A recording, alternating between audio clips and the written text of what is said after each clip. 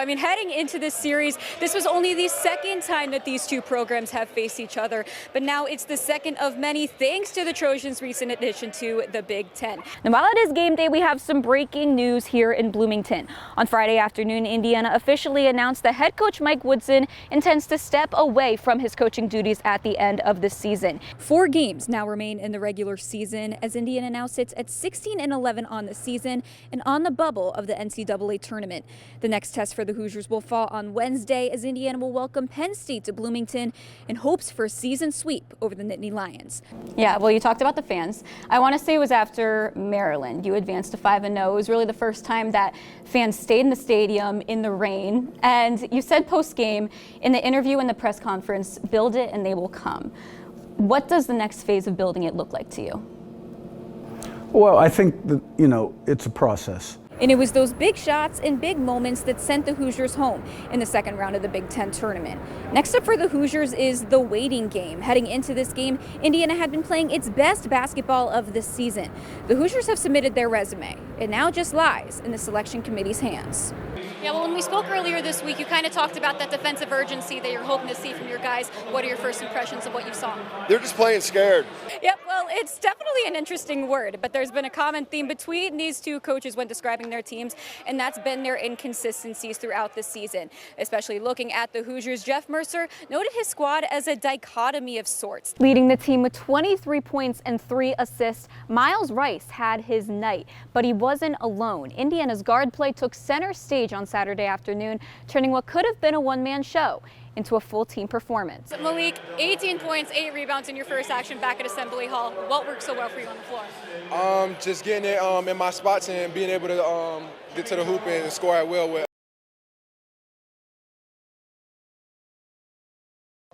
The signs were there. I saw some tremors, a change in his handwriting. He could barely turn his neck, but we weren't connecting the dots. I was misdiagnosed at first with a lot of things related to my rigidity in my neck, and finally they started putting 1 + 1 together equals 2, and I realized I needed to go see a neurologist.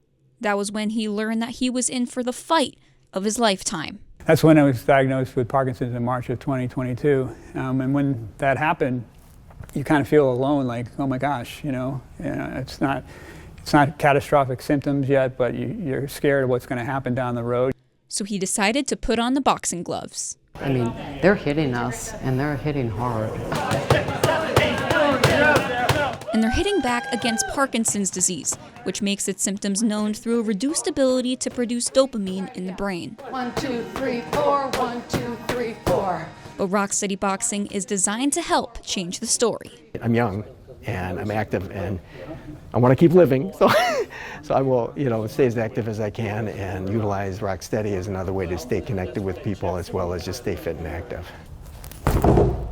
Boxing is a sport where the primary focus is defending yourself against certain opponents. At Rocksteady Boxing, there is only one opponent, the disease itself.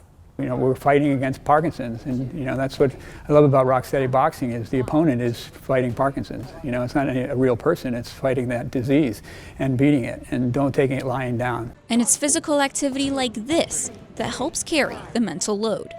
Nice job. Through this boxing and stuff, I feel strong, and I feel like I can handle it. With no known cure as of yet, activities like Rocksteady Boxing helps in slowing the progression and gaining a community. It's a big family. It's a support group. A family and support group that walks alongside each other in the fight of a lifetime. You just got to work with Parkinson's, you got to work with cancer, you got to work with whatever it is and make the best of it, and I think that's what Rocksteady helps them to do. 1, 2, 3, Rocksteady! Happy Easter! Go Hoosiers! For IU Newsnet, I'm Audrey Marr.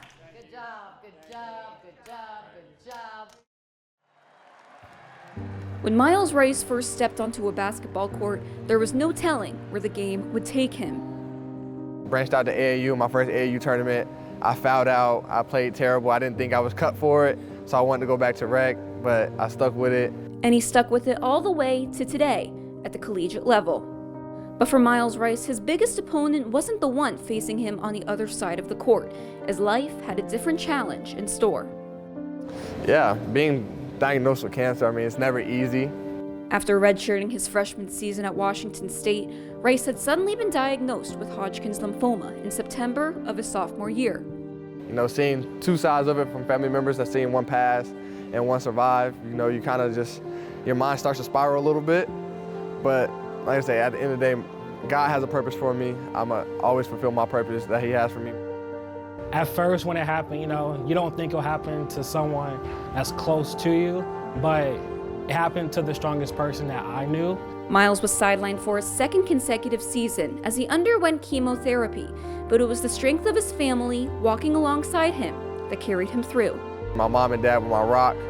They made sure that, you know, I had everything that I needed throughout that process. And just 6 months later, Miles marked the end of his chemo treatments and rang that final bell. Just knowing that whatever comes my way, I can handle it because I went through something that dramatic, and like there's nothing that can really stop me if I just keep my mind right and I just keep pushing through each and every day. And like I said, there's nothing that can really stop me. He's always been a strong-headed, hard-headed person to where like nothing will stop him, so he won't take no for an answer. He won't let a battle stop him. He'll fight through it, he'll run through the wall.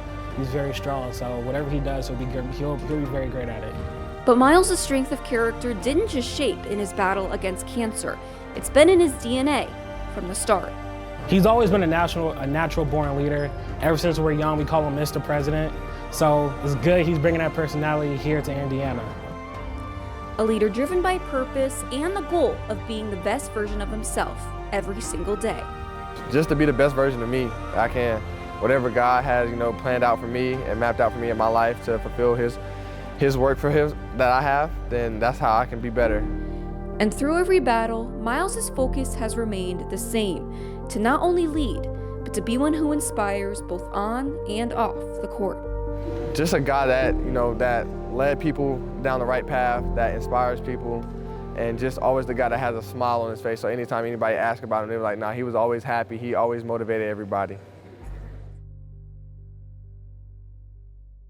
Certainly a packed roster with 7 new additions for the Hoosiers in the offseason.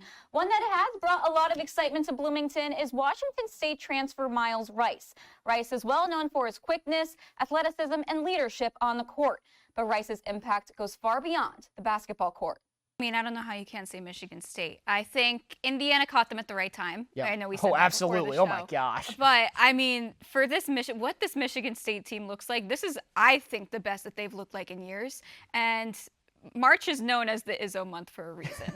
And this one wasn't even close, just over 3 minutes until the half. Tyson Lawton finds the end zone to put the Hoosiers up by double digits. That's 5 touchdowns in the last 4 games for Lawton. But how about that offensive line? This Nebraska team hadn't allowed a rushing touchdown all season, but that's rushing touchdown number 2 on the day for the Hoosiers. But they're keeping it close. Pacers up by 4. Here's Turner again. He banks it. Cambridge, oh my goodness, they are going crazy. How about a 30-piece for Turner, shooting 5 for 8 from beyond the arc and leading the team with 34 points on the night. End of the first half, 4th and 1. Patrick Mahomes scrambles, drops back. Are you ready for it? It's Travis Kelce in the end zone. Chiefs take a 10-point lead heading into halftime. But who wants waffles? Guess who's open? It's Elijah Waffle House Surratt in the end zone for Taven Jackson. The Hoosiers are up big.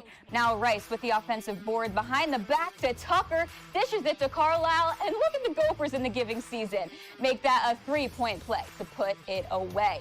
4th and 6, Bengals hoping for a chance here. Here's Joe Burrow, drops back. Well, Jamar's down there somewhere. Are you kidding? Jamar Chase in double coverage, Cincy in scoring position. And when you think of where this team needs to grow the most between today and week 1 versus Old Dominion, what's at the top of your list? We've got to execute. Number 2 transfer class in the nation. You said yourself that this Indiana team has a completely new identity. As a leader, what have you personally seen within the differences in this team, and what should people expect from you guys on the court this season? Yeah. Rutgers sitting at 3-9 in the conference. They know that this weekend may be the biggest of the season, and in a sense, it's do or die. Their primary focus at this point of the season is really working on that conference record, and Rutgers is very familiar with this IU program, so they're really looking to set the tone tonight, heading into the rest of the series and the rest of the season. season. Bryson Tucker, one of the many making his Indiana debut tonight, leading the team with 19 points. What excites you the most about these young guys this season? With Tuck, it's just his shot-making ability. I mean, thanks, guys. Well, one of the biggest things for Indiana head coach Steve Baird when taking over this IU program was knowing how close this building would be to Assembly Hall. He said that while Indiana is known for its many historical programs within the university, he wanted his volleyball program to have its own identity. Well, you're completely right. This Bowling Green team, they've had their ups and downs this season, and Coach Gardner has attributed some of that being due to the pitching struggles that they have faced up to this point. It's a struggle that's hard to get past, but Coach Gardner is also focused on keeping the mood light and making sure that her girls are having fun. Now, tying it back to you, I mean, personally, how do you feel about your development, and have we seen the real Devin Taylor just yet? I mean, if you call all singles the real Devin Taylor, it is what it is.